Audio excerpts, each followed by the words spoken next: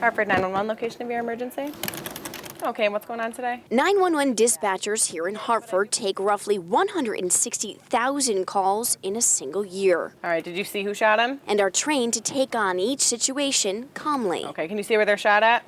Asking the questions needed to keep the caller safe and deal with their specific emergency. One person shot? But not every call can be handled with the help of this quick guide to emergencies. For Catherine Grady, 911 dispatcher, EMT, and volunteer firefighter, And give him information if you could, okay? patience was her key tool to handling one unique call she took this summer. Kind of have to clean slate with your brain before you pick up the phone and just know that whatever, especially if they're calling 911, it's an emergency to them.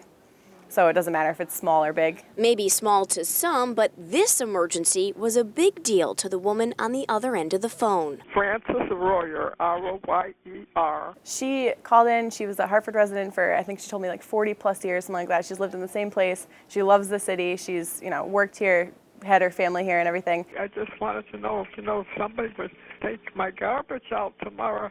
It's been there 2 weeks and it's overloaded.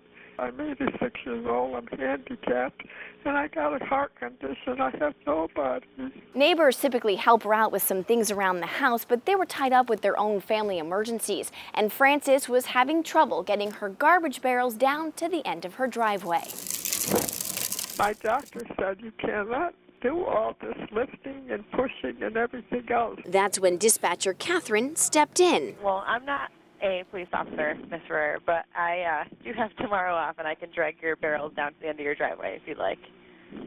You can? Yes, But where are you? at the police department. That's such an easy thing.